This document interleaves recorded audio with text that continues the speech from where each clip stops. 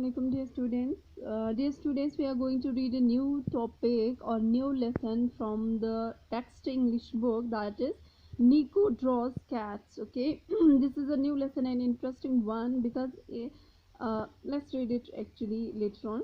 Which are as clever as mice. Dear students, Nico draws cats which are as clever as mice means इसमें एक नीकू जो है वो एक बेसिक कैरेक्टर है इसका, ठीक है, जो कैट्स को ड्रॉ करता रहता है and C is actually the clever age mice. Okay, connect. What is story with only pictures called? Do you like it? Dear students, as I told you before in the past very lesson that I told you, the stories that is depicted only in pictures is called the comic. Okay, यानी जो story ज़्यादातर pictures में दी गई होगी, यानी pictures जो show करते होंगे पूरी स्टोरी को, that is called a comic. ठीक है.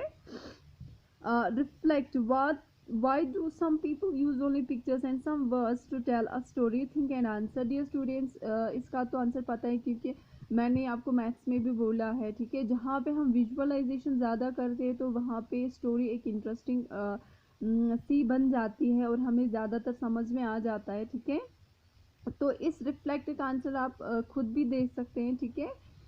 Why do some people use only pictures and some words to tell a story? कि आप कि कुछ लोग ऐसे क्यों होते हैं कि वो ज़्यादातर स्टोरी को पिक्चर्स के थ्रू समझाने की कोशिश करते हैं और कुछ वर्ड से तो बाकी इसमें ज़्यादा स्टोरी की राइटिंग नहीं होती, यानी उसमें वर्ड ज़्यादा पैराग्राफ्स नहीं होते, जबकि स्टोरी में पैराज वगैरह होते हैं. लेकिन कुछ ऐसे होते हैं जो कॉमिक स्टोरीज होते हैं उसमें पिक्चर्स के थ्रू ज़्यादा समझाया जाता है और उसमें से कुछ हिंट वर्ड्स दिए गए होते हैं. ठीक है. Now imagine how will you draw your self if you were in A comic story. Colour the picture. तो डियर स्टूडेंट्स, आपको क्या करना है कि आपको इमेजिन करना है, अगर आपको अपने आप को बनाना होगा कॉमिक स्टोरी के थ्रू तो आप खुद को कैसे ड्रॉ करेंगे और उन पिक्चर्स में खुद को आप कैसे डालेंगे, ये आप इमेजिन करिएगा. Before you read, Jayashree Menon is from Koch, Kerala. She has worked as a reporter and an editor for many Indian newspapers and now writes stories and comics for children.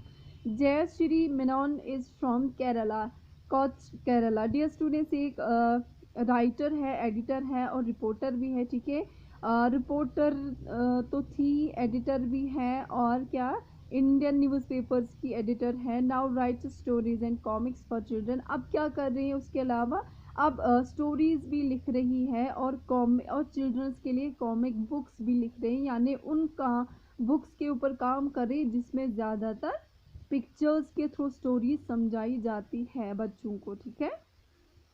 A cat person at heart, Jayashree always tries to speak of her animal rights. Actually, she loves to domesticate to pet cats. ठीक है, वो ज़्यादातर क्या करती है, पेट cats को ज़्यादा domesticate करती है. Pet, she is a pet lover, she is a cat lover. Jayashree always try to speak of her animal rights.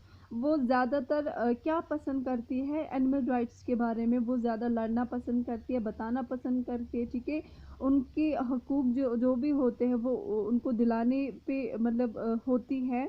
She loves reading and wants to, जैसे हम इंसान को अपने राइट्स होते हैं वैसे हम कहते हैं ना एनिमल राइट्स भी होते हैं. ठीक है, तो वो उस पर काम करती है ज़्यादा. She loves reading and wants to share the joy of reading with young children through her work. वो ज़्यादा पढ़ना पसंद करती है, उसे शेयर करना पसंद करती है और अपनी जो भी जॉय वगैरह होती है, ठीक है, खुशी, पढ़ने की खुशी जो उसको मिल जाती है वो यंग चिल्ड्रंस के साथ वो शेयर करना चाहती है, सो दैट कि उनको वो ज़्यादा एजर्टिव बन जाए, वो मतलब पढ़ने की तरफ ज़्यादा माइल हो जाए. ठीक है.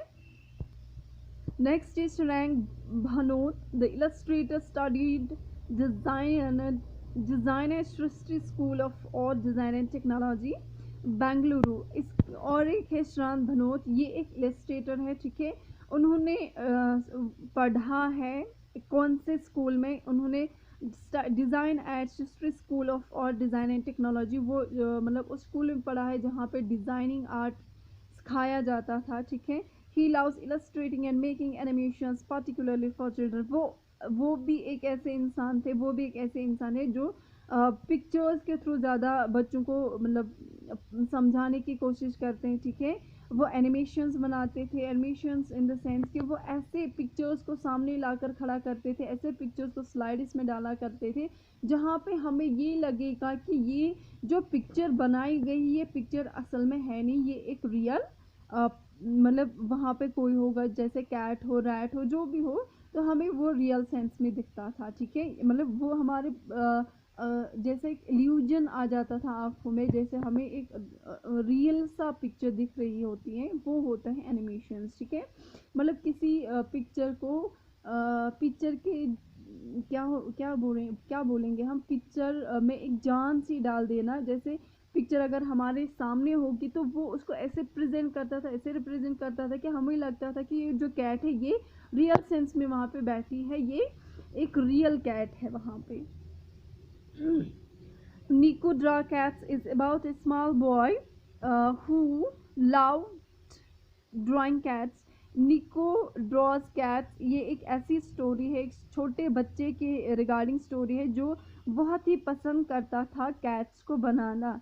He only drew cats whenever he went and didn't want to do anything else. वो हमेशा जो भी करना चाहता था बस कैट्स को ही बनाना चाहता था, इसके अलावा वो ना वो कोई काम करता था और ना कोई काम उसे पसंद था। Turn the book around read to read the comic. अब हमें क्या करना है dear students, we have to turn the book around, क्योंकि पिक्चर्स दी गई हैं, स्लाइड वे में दी गई हैं, ठीक है। तो हमें इसको टर्न करना है और अपनी इस स्टोरी पे पहुंचना है, ठीक है। आज के लिए फ़िलहाल इतना ही, because it is just a tough to understand. There are some tough words like animation is here. Okay, a cat person at heart is here, and there are some points जो आपको अंडरस्टैंड करना बहुत ज़रूरी है, ठीक है। इसमें दो राइटर्स हम कह सकते हैं, ठीक है, जो जिन्होंने इस स्टोरी पे काम किया है एक्चुअली। सो कल से हम इंशाल्लाह ये स्टोरी आगे बढ़ाएंगे। ओके, अल्लाह हाफिज़।